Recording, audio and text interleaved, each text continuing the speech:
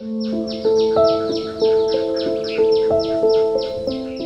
বছর বয়সে পোলিওর নির্মম আঘাতে চিরতরে অচল হয়ে যায় তার দুটি পা, কিন্তু থেমে যায়নি বেঁচে থাকার লড়াই। জীবনযুদ্ধে কখনো হার মানেননি তিনি। প্রতিটি সকাল শুরু করেছেন দুই হাতের উপর ভর করে, আর দিন শেষ হয়েছে পরিবারের মুখে দুমুঠো খাবার তুলে দেওয়ার নিরন্তর চেষ্টায়। সিরাজগঞ্জের উল্লাপাড়া উপজেলার দুর্গানগর ইউনিয়নের রাউতান গ্রামের আলাউদ্দিন জন্মের সময় ছিলেন ৮-১০ জন শিশুর মতোই স্বাভাবিক, কিন্তু কৈশোরের শুরুতেই পোলিও কেড়ে নেয় তার দুই পায়ের শক্তি। সেই থেকেই বদলে যায় তার জীবনের গল্প। অন্যরা যখন পায়ে হেঁটে স্বপ্নের পথে এগিয়ে যায়, তখন আলাউদ্দিন শিখেছেন দুই হাতের ওপর ভর করে পথ চলতে। স্ত্রী, এক ছেলে ও এক মেয়ের মুখে খাবার তুলে দিতে প্রতিদিন বুক ভরা কষ্ট লুকিয়ে দুই হাতে শক্তিতেই নদীতে নৌকা চালিয়ে জীবিকা নির্বাহ করেন তিনি। নিজের কষ্ট নয়, পরিবারের মুখে হাসি ফোটানোই যেন তার একমাত্র লক্ষ্য। আমি তো হাঁটতে পারি না, 13 বছর থেকে আমি হামাগুড়িতে হাঁটি, হাতের পান নড়াচড়া করি। ধরেন যে আমার তো কোনো কর্ম নাই, 4টা লোক আমার সংসারে খানে আলা। ডাক্তারে বলছে যে তুমি কোনো প্রেশারের কাজ করো না, তা বাদেও আমার এই সংসারের দিকে চাই, এই নৌকা আমার এই হাত দিয়ে চালান না, বুঝলেন। নৌকাটাও নষ্ট হয়ে গেছে, বাড়িতেও সব নষ্ট হয়ে গেছে। দীর্ঘদিনের ব্যবহারে আলাউদ্দিনের একমাত্র জীবিকার অবলম্বন সেই নৌকাটিও এখন ঝুঁকিপূর্ণ হয়ে পড়েছে। যে কোনো মুহূর্তে দুর্ঘটনার আশঙ্কা রয়েছে। শুধু নৌকাই নয়, মাথার ওপরের একমাত্র আশ্রয়টিও জরাজীর্ণ।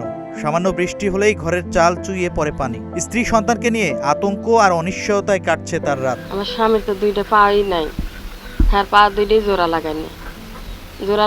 ধরেন যে ওই অবস্থায় আমার বিয়ে হয়েছে, 2টা বাচ্চা কাচ্চা হয়েছে।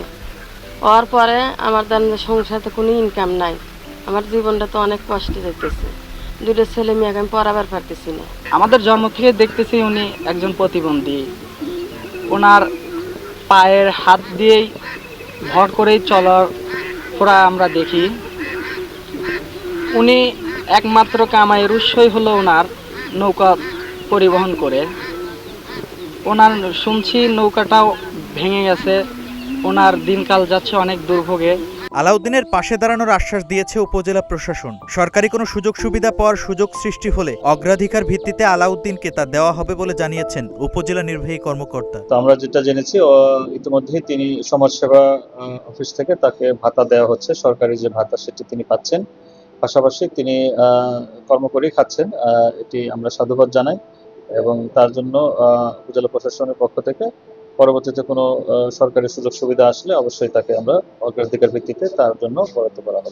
শারীরিক প্রতিবন্ধকতাকে জয় করে আলাউদ্দিন আজও থেমে যাননি। বুক ভরা আশা নিয়ে প্রতিদিন ভাসান জীবনের তরী। তবে জরাজীর্ণ নৌকা আর নরবরে ভিটেমাটি সামলে কতদিন তিনি এই লড়াই চালিয়ে যেতে পারবেন, সেটাই এখন বড় প্রশ্ন। একটু সহায়তাই পারে এই অদম্য যোদ্ধার জীবনে একটু স্বস্তি আর পরিবারের মুখে স্থায়ী হাসি ফিরিয়ে আনতে। মোহাম্মদ আরিফুল ইসলামের তথ্যচিত্রে Shahin Alam, Green TV digital.